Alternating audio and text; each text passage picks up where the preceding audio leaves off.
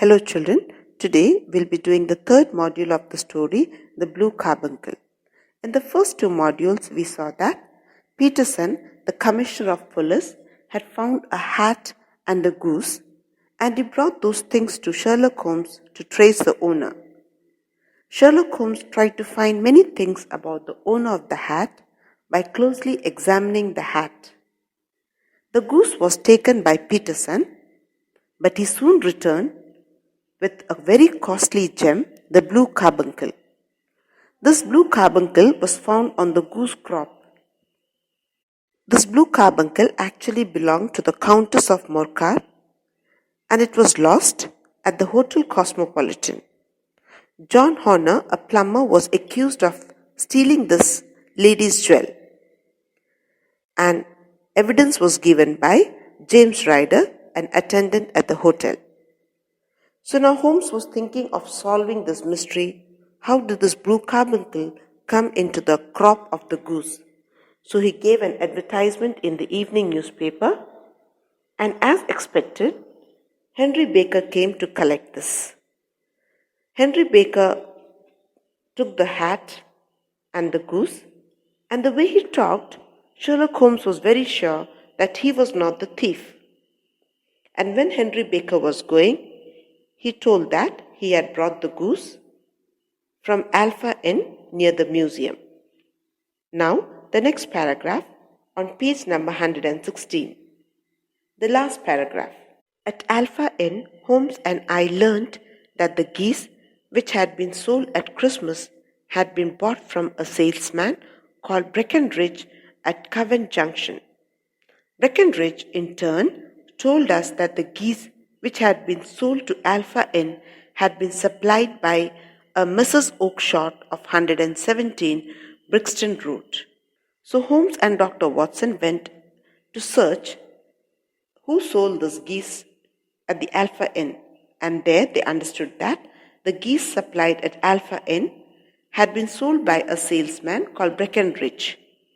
And when they met Breckenridge, he said that the geese which he had supplied at Alpha Inn was sold to him by a lady called Mrs. Oakshott, who lived in 117 Brixton Road. Now, the next paragraph. As we walked out of Breckenridge's shop, Holmes said, "The next point to be determined is..." He was suddenly cut short by a loud hubbub which had broken out from the shop we had just left. The shopkeeper was shaking his fist fiercely at a little red-faced fellow. So now Sherlock Holmes and Dr. Watson are discussing what to do, how to locate this Mrs. Oakshott. As they were discussing, and before they could complete the sentence, they heard a loud noise, a sort of argument you can say. It was coming from the shop from which they had just left. The word hubbub means noise or argument. The word fiercely means very angrily. So the shop from which they had just come out, that shopkeeper was arguing with a young boy, a little red-faced boy. And very loudly these two were talking. The shopkeeper looked very angry. He has held his fist as if he was going to attack this man. Now, the next paragraph. "I have had enough of you and your geese," shouted the shopkeeper. "If you come pestering me any more, I'll set the dog at you. You bring Mrs. Oakshott here and I'll answer her. But what have you to do with it? Did I buy the geese from you?" So the shopkeeper is very angry now. He's telling that young man that if you come here again, troubling me or troubling the shopkeeper, he will set a dog at him. Then he asked this young man to bring Mrs. Oakshott, because the shopkeeper had brought the geese from Mrs. Oakshott, isn't it? This young man did not supply any geese to this man. Then why is he coming and troubling him? So this argument was continuing, and the shopkeeper was becoming angry, more and more angry. Now, the next paragraph. "No, but one of them was mine," whined the little fellow. "Well then, ask Mrs. Oakshott for it." So this man is whining. Whining means telling in a very complaining tone that he did not supply the geese to this man, to the shopkeeper, but one goose was his. It belonged to him. Then the shopkeeper is saying, then you go and ask Mrs. Oakshott for it, because she gave me all the geese, isn't it? Now, the next page.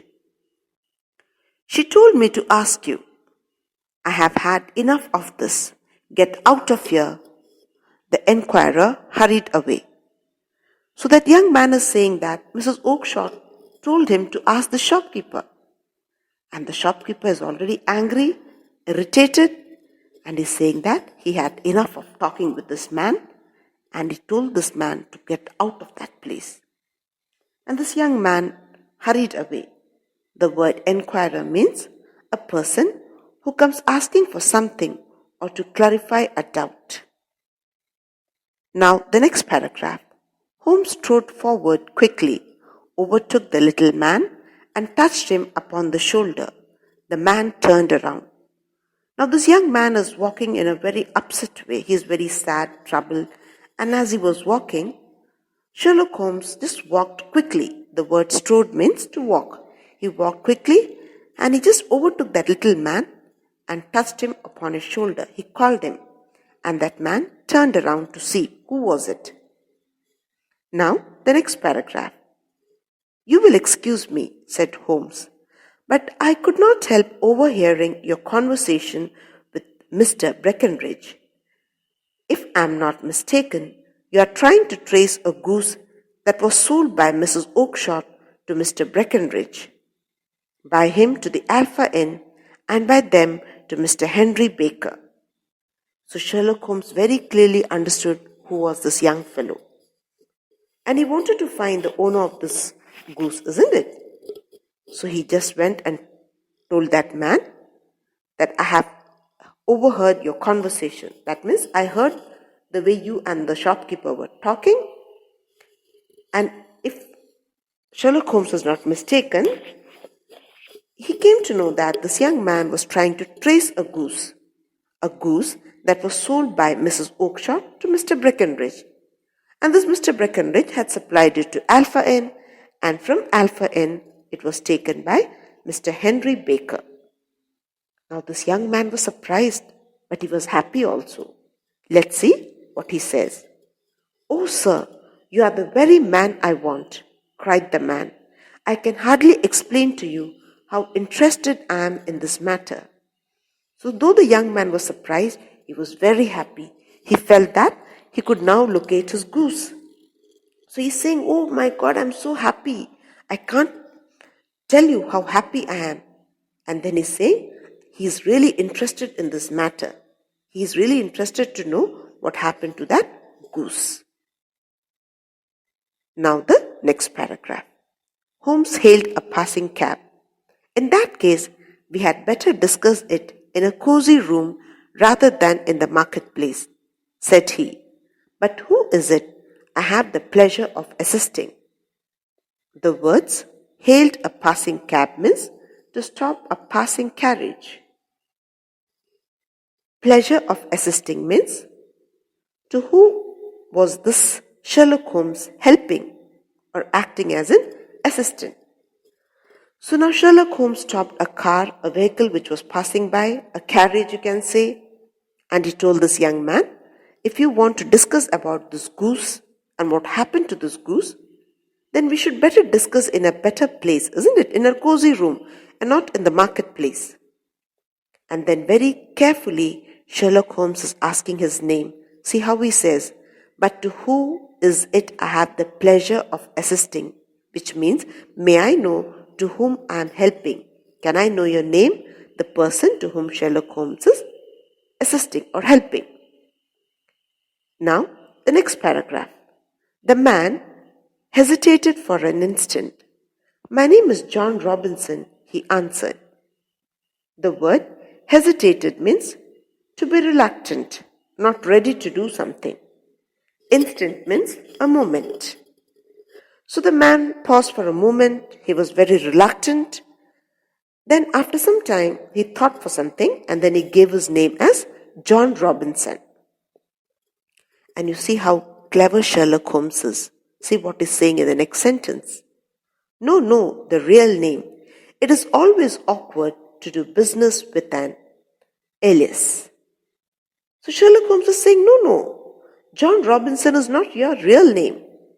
The word awkward means strange, and the word alias means a person who generally has one or two more names to use it for criminal activity.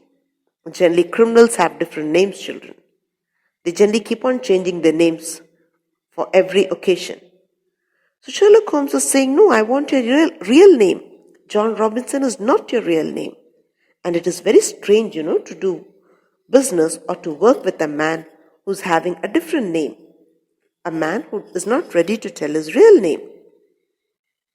And let's see what is the reaction of this young man. Flushed, the young man said, my real name is James Ryder. Flush means out of embarrassment, no? Your face turns pale red. So that man felt a bit embarrassed, and then he said, my real name is James Ryder. Who's James Ryder, children? The attendant in the hotel, isn't it? Now, the next paragraph. Head attendant at Hotel Cosmopolitan. Please step in the cab, and I shall soon be able to tell you everything that you would wish to know. So the man just said that his name is James Ryder, and the remaining sentence was said by Sherlock Holmes. He said, you are the head attendant at Hotel Cosmopolitan, and please step into the cab, that is a vehicle which he has stopped, and we shall soon discuss everything that you want to know about the goose. And indirectly, Sherlock Holmes is saying he will tell him everything about the blue carbuncle. Now, the next paragraph. In half an hour, we were back in the sitting room at Baker Street. Holmes unlocked his strong box and held out the blue carbuncle. The game is up, Ryder, he said quietly. So within half an hour, Dr. Watson, Sherlock Holmes, and this man, James Ryder, they came back to their own room, that is, Sherlock Holmes' house or his room in the Baker Street. And then Sherlock Holmes opened a box and he took out the blue carbuncle. And very quietly, in a very quiet manner, he said, James Ryder, your game is up. That means it's high time you end this game. Now the last paragraph. Ryder stumbled to his feet and clutched the mantelpiece with his right hand. He staggered for a moment and sat down.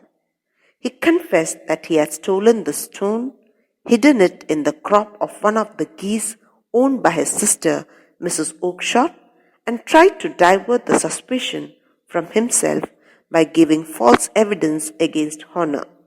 Unfortunately for him, Mrs. Oakshott had sold her geese the same day before Ryder could take back the stone. The word stumbled means to be just about to fall. Mantelpiece means a wooden structure. It can be made of marble also, generally around the fireplace. Staggered means to move unsteadily, to be very agitated. Suspicion means to avoid being suspicious.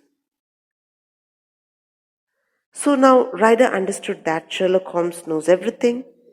He is caught. He cannot escape. So he just stumbled there. He was walking unsteadily. He was just about to fall. And he clutched. Clutch means held the mantelpiece. That is a wooden structure near the fireplace. And he just tried to stand there for 1 minute. Then he moved unsteadily because he understood he has to say everything now. And then slowly he said that he had actually stolen the stone from that Countess of Mocha's jewel case, and then he hid it in the crop of one of the geese, which was actually owned by his sister, Mrs. Oakshott. And now Mrs. Oakshott had sold this geese to whom, children? To, what was the name of that man? Mr. Breckenridge.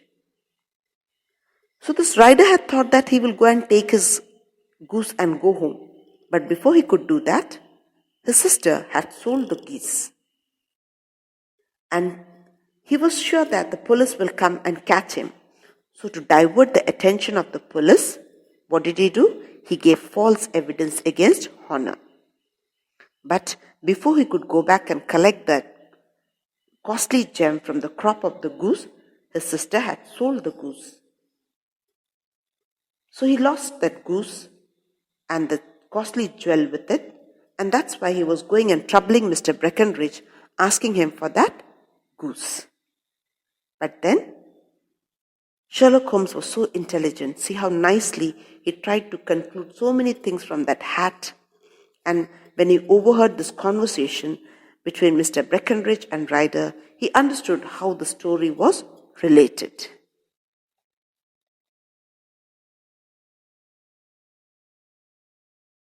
So you see, children, in this story, the main character, Sherlock Holmes, is famous for his intellectual skills. He has got keen observation skills, and he uses his deductive reasoning ability to solve difficult cases. His objective analysis of physical evidence is both scientific and precise. He usually reveals the logic behind his reasoning at the end. The narrator, that is Dr. Watson, Henry Baker, James Ryder, and Peterson, are supporting characters who lead to the resolution of the mystery. So this short story shows that it is important to look beyond the seemingly obvious things to arrive at the real truth. After carefully examining the hat, Holmes finds details about Baker that even the police commissioner could not spot. In the same way, while he was tracking for clues, he finds that the real jewel thief is the main witness and not the man whom the police had arrested. Now I come to the end of the third module of the story.